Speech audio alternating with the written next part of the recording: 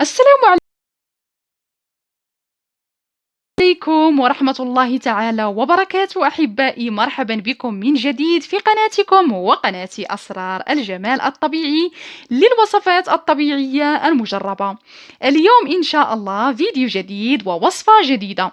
وصفتنا لليوم ستفتح وتبيض بشرتكم ب5 درجات، توحد وتبيض لون البشرة، ومع المداومة على استخدامها ستصبح بشرتكم صافية وخالية من كل المشاكل كحب الشباب وآثاره والتجاعيد والكلف بالبشرة. وهذه الوصفة أيضا سحرية إذا كانت لديكم بقع في البشرة، بقع شمس أو كلف وتجاعيد، أو إذا كانت بشرتكم باهتة ومسمرة وتريدون تفتيحها وإعطائها نضارة رائعة جدا، فهذه الوصفة ستعجبكم كثيرا لأن لها مفعول قوي جدا ستلاحظونه من أول استخدام. وقبل أن أمر أحبائي إلى مكونات هذه الوصفة وطريقة تحضيرها، أتمنى منكم دعمي باللايك إذا عجبكم الفيديو لتشجيع على المزيد من الوصفات المجربة إن شاء الله. وسنحتاج إلى المكون الأول في هذه الوصفة، سنحتاج إلى صابونة ضوف. سنحتاج مقدار ربع صابونة ضوف. سنقوم أولا ببشرها جيدا في المبشرة من الجهة الرقيقة أو العيون الرقيقة للمبشرة. وكما تعرفون وكلنا نعلم أن لصابون الضوف دور فعال جدا في تفتيح البشرة وإزالة البقع منها، وأيضا الحفاظ على نضارة البشرة.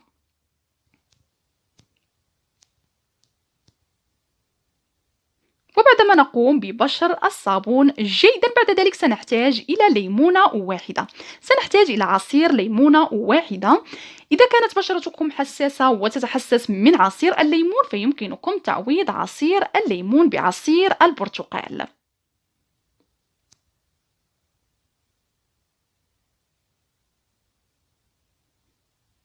فبالنسبة لمكونات هذه الوصفة كلها مكونات سهلة جدا ومتوفرة عند الجميع، والأهم أنها فعالة جدا في تبييض البشرة والقضاء على الخطوط الرقيقة والتجاعيد وكذلك الكلف بالبشرة.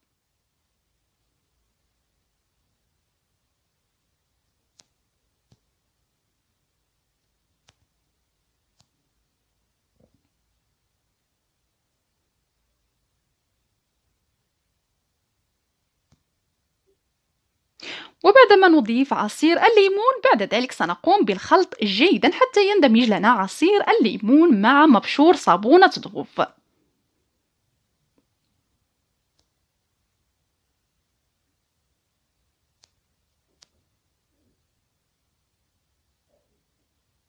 وبعد ذلك سنحتاج إلى مكون آخر كذلك فعال جدا في تفتيح لون البشرة ويعطيها نضارة وإشراقة رائعة جدا.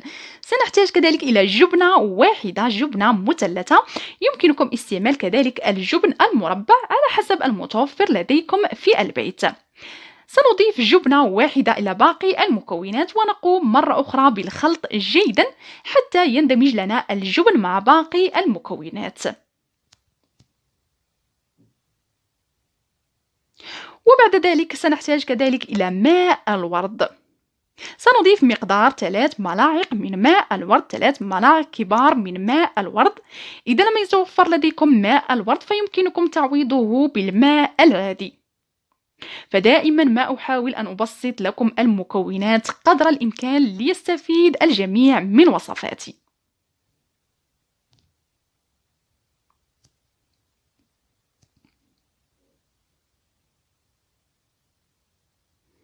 كما تلاحظون سنضيف مقدار 3 ملاعق كبيرة من ماء الورد، وبعد ذلك سنقوم مرة أخرى بالخلط جيدا.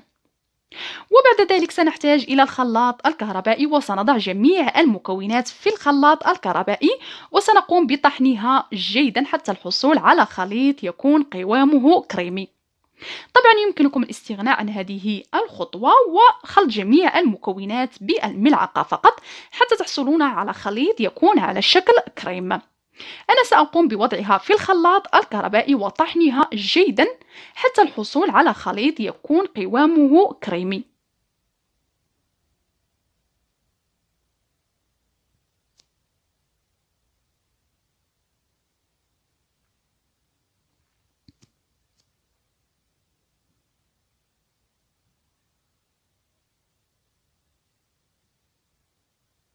وبعدما قمنا بطحن جميع المكونات جيدا حصلت على هذا القوام، كما تلاحظون قوام كريمي بهذا الشكل. بعد ذلك سنضيف مكون آخر، سنحتاج كذلك إلى نشا الذرة. سنضيف كذلك مقدار ملعقة كبيرة من نشا الذرة، ونقوم بالخلط مرة أخرى جيدا حتى يندمج لنا نشا الذرة مع باقي المكونات.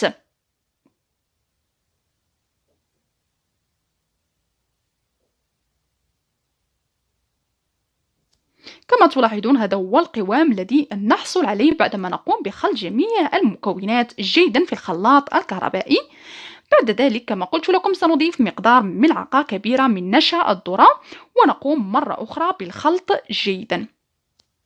يمكنكم كذلك تعويض نشا الذرة بملعقة كبيرة من دقيق الأرز أو الدقيق الأبيض على حسب المتوفر لديكم في البيت، فكلها مكونات لها نفس المفعول ونفس النتائج.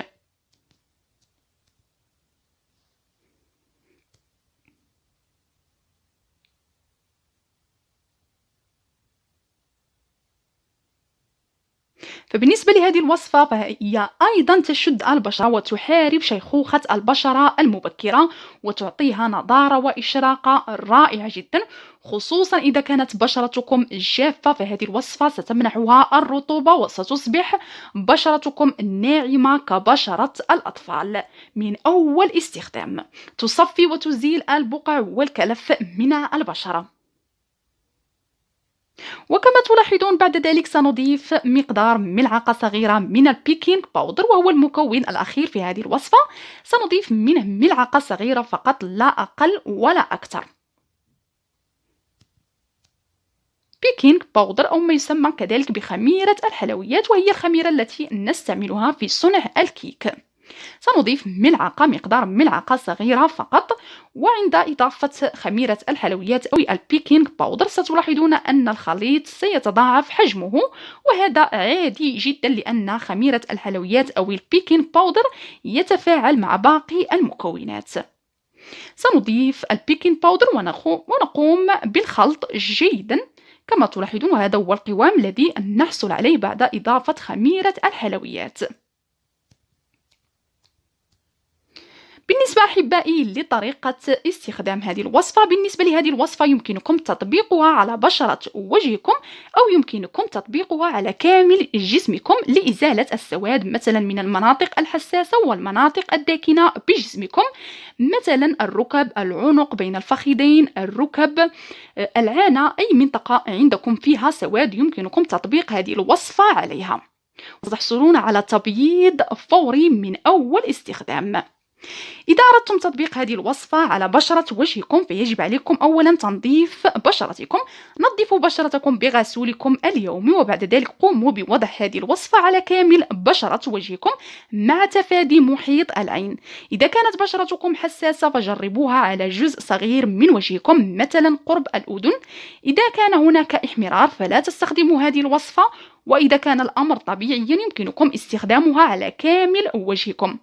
وأيضا هذه الوصفة ستعمل على شد بشرتكم مباشرة بعد غسلها، ستلاحظون أن بشرتكم أصبحت مشدودة، وستعمل على تفتيح بشرتكم ب5 درجات. يمكنكم وضع هذه الوصفة وتركها على بشرتكم لمدة 10 دقائق، وبعد ذلك قوموا بغسلها بماء فاتر وماء بارد، ومرروا بقطنة بها ماء ورد على بشرتكم لسد المسامات. استعملوا هذه الوصفة مرتين في الأسبوع، وستلاحظون أن بشرتكم ستصبح صافية وخالية من كل المشاكل كحب الشباب وآثاره والتجاعيد والكلف بالبشرة. إذا هذه وصفتنا لليوم، كما تلاحظون وصفة فعالة جدا ومجربة وناجحة 100%. فقط جربوها على ضمانتي وستعطيكم تبييض فوري من أول استخدام، ومع المداومة على استخدامها ستقضي على التجاعيد. إذا كانت عندكم تجاعيد وخطوط رقيقة وكلف فسيختفون من أول أسبوع. إذا هذه وصفتنا لليوم، أتمنى أن تكون قد فادتكم وأعجبتكم. لا تنسوني باللايك إذا أعجبكم الفيديو، وألقاكم في وصفة قادمة مع فيديو جديد.